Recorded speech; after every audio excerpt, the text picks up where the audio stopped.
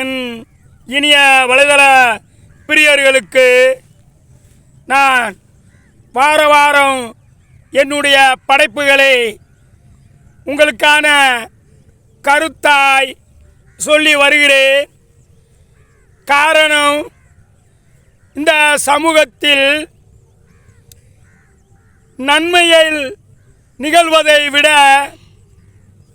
விஞ்ஞானத்தின் வருகையால் தீமைகளே ஒவ்வொரு நாளும் நிகழ்ந்து கொண்டு இருக்கிறது என்பதை இந்த சமூகமும் சரி உலகமும் சரி அறியும். நான் உலகம் மறைகளை உலக நிகதிகளை வாழ்க்கையின் நிகதிகளை முறையாய் வாழ்ந்து நமக்கு வழிகாட்டியாய் சென்றவர்களின் முன்னோர்களின் வழிகளையும் முடிந்தவரை என்னுடைய கருத்துரையில் உங்களுடன் பகிர்ந்து வந்துள்ளேன். இதை கேட்கும்போது அல்லது நான் வாசிக்கும் போது சிலருக்கு இது வெறுப்பாக கூட தோன்றக்கூடும். காரணம், உண்மை என்பது கசப்பானது என்பதை இச்சமூகம் ஒவ்வொரு நிகழ்வுகளையும் உணர்த்தி வருகிறது. ஆனால் உண்மை, நேர்மை இவைகள் யாவும் அதன் இறுதியில்தான் பலன் கொடுக்கும் என்பதை மறந்து விடுகிறது இந்த சமூகம். முயற்சித்த உடனே வெற்றி கிடைத்து விடாது. நேர்மை என்பது அதன் வழியில் செல்ல செல்லத்தான் அதற்கான வலிமையையும் அமைதியையும் கொடுத்து கொண்டே இருக்கும் என்பதை நம் முன்னோர்கள் மிகச் சரியாக சொல்லிவிட்டு சென்று இருக்கிறார்கள். நான் எதையும் மிகப்படுத்தி சொல்வதற்கில்லை. என்றாலும் நான் ஒரு கவிஞன், எழுத்தாளன், அதைவிட ஒரு சாமானியன் என்ற முறையில் உங்களோடு என்னுடைய கவிதைகளையும் கருத்துரைகளையும் தொடர்ந்து பகிர்ந்து வந்துள்ளேன்.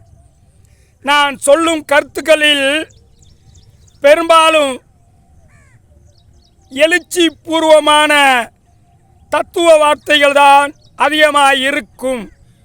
என்னுடைய எண்ணமெல்லாம் இளைஞர்களின் வேகத்தை நல்வழிப்படுத்தி அதனால் இச்சமூகத்திற்கு வளர்ச்சி கிடைக்க வேண்டும் என்பதையே நான் வலியுறுத்தி வருகிறேன்.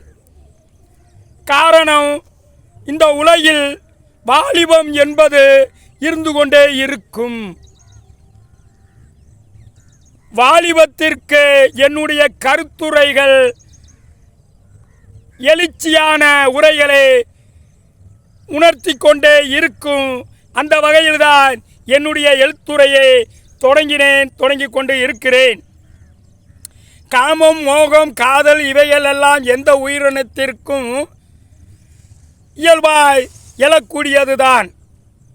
ஆனால் அதை வரையறுத்தி அதை நேர்படுத்தி ஒழுக்கத்தால் சரியான நிலை நிறுத்தி வாழ்ந்தால்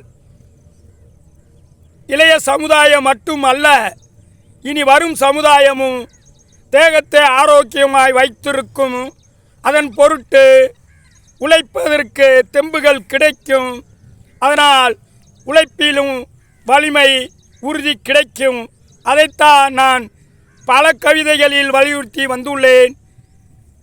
அதன் வழியில்தான் இந்த கவிதையின் தலைப்பு, என்னடா வளவளன்று பேசிக்கொண்டு இருக்கிறானே என்று நீங்கள் நினைக்கக்கூடும். என்ன செய்வது? இந்த சமூகமே ஒரு முறை இருமுறை சொன்னால் அதற்கு செவி சாய்க்க மறுக்கிறது. இருப்பினும் செவி சாய்க்கிறதோ சமூகம் செவி சாய்க்கலையோ அது எனக்கு அப்பாற்பட்ட விஷயம். ஆனால் என்னுள் எழுந்த கருத்துக்களை இச்சமூகத்திற்கு தேவையானவைகளை எடுத்துரைத்து கொண்டே இருக்கிறேன். முடிந்தால் இளைய சமுதாயமே செவி சாயுங்கள், கேளுங்கள். உங்கள் வாழ்க்கை பயணத்தை சீர்படுத்தி வாழ்க்கையை வெல்லுங்கள் என்ற என்னுடைய வேண்டுகோளோடு இந்த வார கவிதையை தொடங்குகிறேன். இந்த கவிதையின் தலைப்பு காமம் அதற்குள்ளும் விளையாடும். தலைப்பு காமம் அதற்குள்ளும் விளையாடும். எதற்குள்ளும் என்பதை நீங்கள் என் கவிதையின் முடிவுரையில் அறிக புரிக. மனிதர் எல்லார் உள்ளத்திலும் மிருக குணம் இருக்கும். ஆனால் அது வெளிப்படும் போதுதான் வாழ்வில் விபரீதம் நடக்கும். மனிதர் எல்லார் உள்ளத்திலும் மிருக குணம் இருக்கும். ஆனால் அது வெளிப்படும் போதுதான் வாழ்வில் விபரீதம் நடக்கும். ஒழுக்கம் மேன்மைப்பட்டால் மிருக குணம் மனதிற்குள் சிறைப்படும். மனிதனமே, இளைய சமுதாயமே, நன்றாக புரிந்து கொள்ளுங்கள். ஒழுக்கம் மேன்மைப்பட்டால் மிருக குணம் மனதிற்குள் சிறைப்படும். இதை நினைவில் கொள்ளும் மனம் மிருக குணத்திலிருந்து விடுபடும். இதை நினைவில் கொள்ளும் மனம் மிருக குணத்திலிருந்து விடுபடும். காதலிப்பது மிருக குணம் அல்ல. ஆனால் காதலை சிதைப்பதே மிருக குணம். மீண்டும் சொல்லுகிறேன், காதலிப்பது மிருக குணம் அல்ல. ஆனால் காதலை சிதைப்பதே மிருக குணம். காதலை கரம் பிடித்தால் வாழவை, முடியலையா அதை விலக்கி வை. வாலிப நெஞ்சங்களே, வாலிபனே, காதலை கரம் பிடித்தால் வாழவை, முடியலையா அதை விலக்கி வை. இல்லையே காதல் சிந்தனையை தள்ளி வை. இனி இதையும் மனதில் வை. வாலிப நெஞ்சங்களே, காதல் சிந்தனையை தள்ளி வை. இனியும் இதை மனதில் வை. காதல் உணர்வுகளின் ஈர்ப்பு. ஆனால் இதனால் படும் பரிதவிப்பு. காதல் இயல்பாகவே எல்லா உயிரினங்களின் ஈர்ப்பு. ஆனால் இதனால் பருவம் படும் பரிதவிப்பு. சூழ்நிலையே காதலுக்கு தூபம் போடும். காதல் வயப்பட்டால் இருமனங்கள் தாளம் போடும். சூழ்நிலையே காதலுக்கு தூபம் போடும். காதல் வயப்பட்டால் இருமனங்கள் தாளம் போடும்.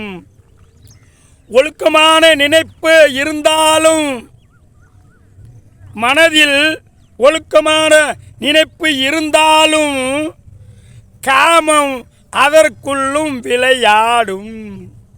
மனிதனிடம் ஒழுக்கமான நினைப்பு இருந்தாலும் சூழ்நிலை வாய்த்தால் காமம் அதற்குள்ளும் விளையாடும்.